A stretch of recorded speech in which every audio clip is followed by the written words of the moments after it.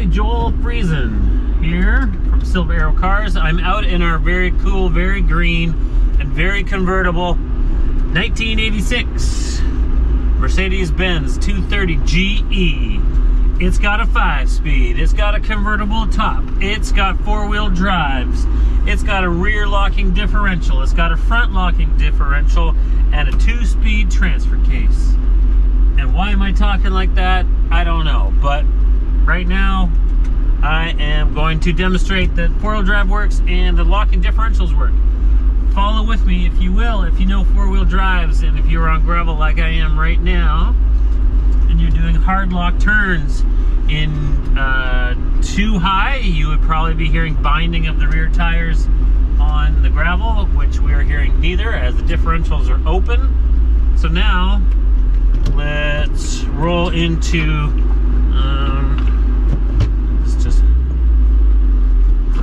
there we go. So we're up and over. Now we're in 4 high. A little bit more resistance. I can feel it on the clutch. Now we're going to do a hard lock turn in gravel. Definitely can feel the binding in the front end, being that we're in 4-wheel drive. But we still have open diffs.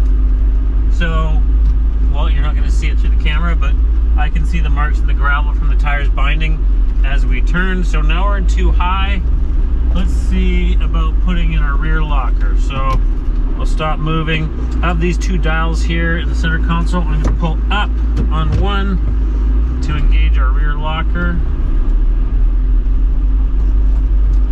Oh, that's nice. The light works, and oh yeah, major binding in the rear end, leaving lots of chewed up gravel in behind us.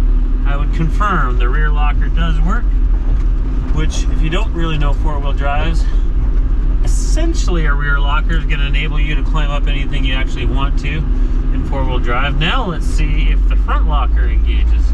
So we're in 4 high. You must be able to hear that. Now, see if we can get the front to engage.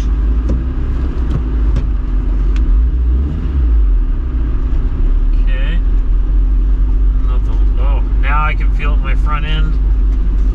Stiff steering, being that that front end is engaged.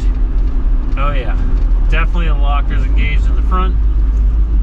You can see how it just wants to whip the wheel back as the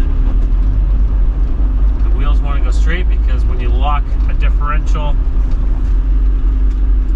it locks the 2 wheels together essentially, so one's not spinning without the other. Okay, so the light's not coming on for the front differential, but I can definitely feel, well, in my opinion, I can feel it in the wheel. We're definitely in 4 high, both rear and front locked.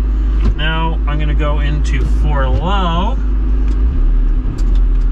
Definitely in 4 low. And a dog walking park. Oh yeah, nice and slow, lots of binding. God, I wish there was something to drive up on top of, but there is not. Anyway, 4 low, I confirm, is working quite well. And we got lots of tracks in the gravel, and we've got binding front end and a binding rear end, or not binding, but skidding of the wheels as they're turning at 2 different rates. And something has to give, and it's going to be the gravel. Okay, so there we go. So now let's get out of what we're in. So let's unlock the differentials. Light came off for the rear diff. And then I'm going to go back up into 2 high. Definitely back up into high gear ratio. Sometimes you need to reverse to unlock your differentials. Nope, not the case. Differentials are open. We're in 2 high. Okay, out of the gravel, I'm gonna skip the driving to a little bit of highway driving, and I'll be back. Hello, we're back. I am just making my way out to the highway right now through some traffic, but I thought I'd do a little talking on the drive video. So we just tested out the 4-wheel drive. That is what we started the video with. driving through town. So little 2.6, I believe it's a 2.6 liter inline 4 is what powers these little guys. And I'm gonna go ahead and say I'm quite pleasantly surprised. We've never had one of these before. This is coming from a crazy French client of ours that loves everything European. He bought it from France and then brought it to Canada, federalized it, and had it parked beside his other G-Wagon and his other vehicles, and then lost interest. So that is what happens with him, and here we are. I do remember when the truck showed up, and before we detailed it and everything else, and we explained to him, send this to somebody that knows these vehicles, have them service it, do everything that it possibly needs to make sure it's running right, that all the lighting and everything works, and then you've got a working vehicle that's sellable when the time comes. So that is what he did, and the receipt for that and the invoice for that will be in the auction. So let's talk about how it drives. I will say it needs an alignment, and we'll try and get that done before it leaves. So just ask us in the comments if we did get it. Actually, you will see it in the documents. It drives really, really nicely. Gear ratios are great. So even though we're in a 4-cylinder, acceleration is good. This is a much better acceleration than my 86 Land Cruiser, and certainly has me thinking about should have stolen it from him rather than selling it, but here we are. Transmission feels great. The linkage, it feels good. It's not as solid as going straight down with the transmission, as this I'm sure is not, but the shifts feel great. Transmission feels good. Synchros are great in all gears. No issues there. Acceleration is good. A couple pumps of the accelerator and it starts every time. I've tried the heat. I can get defrost, and it's on right now with the heat. I've got the windows down, but I'm not getting any heat from these top vents no matter what settings I put the climate control on down here. I've got the headlights on. I've tried all the stop lights and turn signals. Looks like it may be running a little bit even on the cool side. We're just above the blue zone in the temperature gauge. Tachometer works, speedometer works, tripometer, odometer. Clock is functioning, as that has changed time since I've been in the vehicle for sure.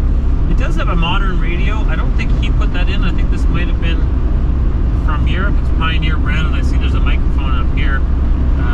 So we'll talk about that in the walk-around video inside our showroom.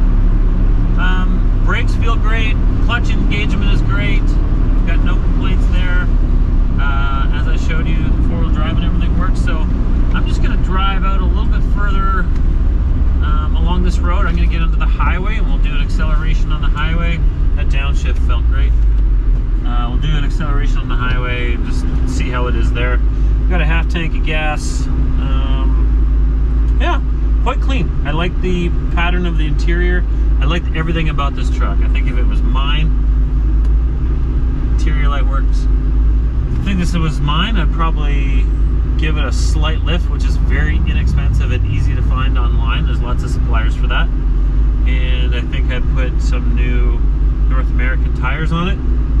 And I think this would be a very, very cool, this would be a great California truck. But if not, Oregon, somewhere in the southern United States, or on the East Coast, southern East Coast. But that's still, I think up here in the Pacific Northwest would be a good place for it as well.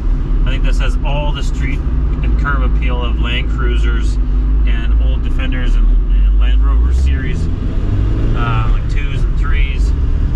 But I think being a Mercedes and being this little 4-cylinder, I think you're going to get a lot of longevity and less headaches than you would with some of those other vehicles.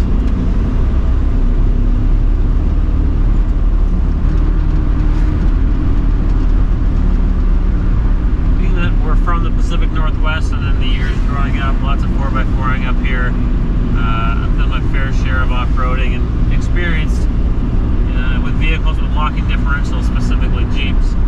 But thinking of this in a 4-cylinder and then both front and rear locking differentials, this would be a really fun truck for anywhere where you do some light off-roading.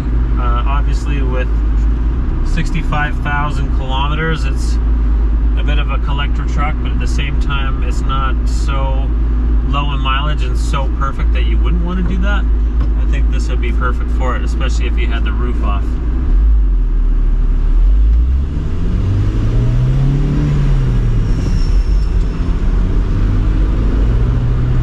Accelerates nicely. Engine smooth, transmission smooth, clutch is perfect, I would say.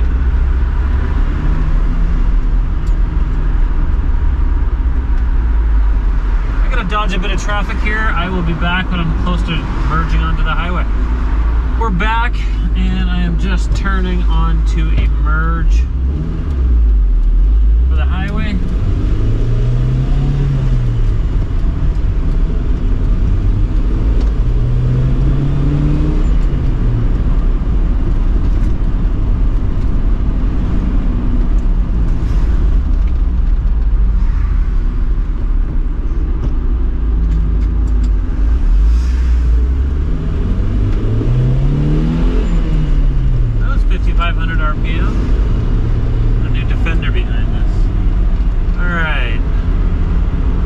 RPM, second gear, 5,000 RPM,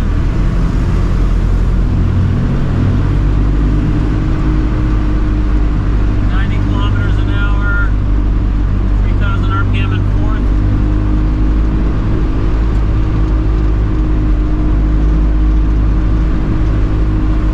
Now we're cruising at 90 kilometers an hour, 2,500 RPM. Tires have a pretty good hum to them. I don't know if you can hear that or not. Again, I think anyone who buys this, it's a great truck, but these tires should get replaced with the tire of your choice, whether you want to go with an aggressive mud terrain or a BFG KO2 all-terrain. We'll leave that up to you.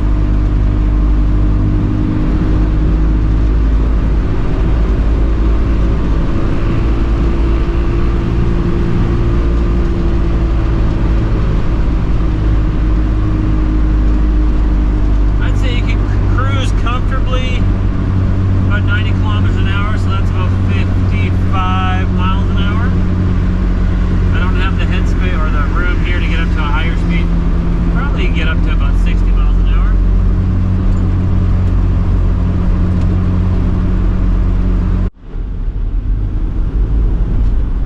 Alright, we are back. So I'm going to sign off this video showing you everything that there is to know about driving it. I'd say the one caveat I have really is these old tires need to be replaced, but we left that for the next person to do so they could cater to their own desires. If you're going to lift it, then you're going to want a bigger tire. If it's just kind of for around the beach and shoreline towns, I would go with the mud terrain because it'll look, I think, more aggressive and more interesting, but we'll leave that up to you. But great driving little truck, very cool that it's a convertible. We are selling this out of our warehouse in Blaine, Washington on a Washington state title, and we are selling it no reserve. Top bid will buy it. We stand behind the cars we sell.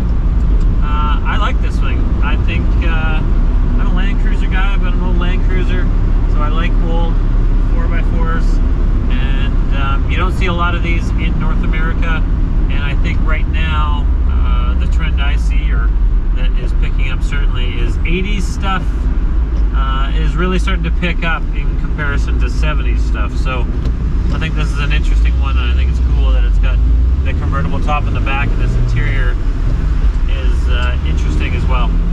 So if you have any questions, just reach out in the forum, or sorry, in the threads, or just use the contact seller button, or just Google us. You can find the Silver Arrow cars, that's no problem.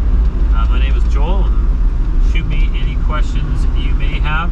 Please do make sure you check out our walk around video, where I'm just going to walk you around the exterior, under the hood and such, show you the condition of the truck. But I think this is a really cool one. I think this is a great option for anyone looking at early Land Rovers, early Land Cruisers, yeah, and even in some of the domestic four-wheel drive stuff. I think this is a lot more interesting. And certainly, with where the G-Wagon is today, it has a lot of nostalgia and street credit. Anyway, thank you so much. Hope you enjoy it.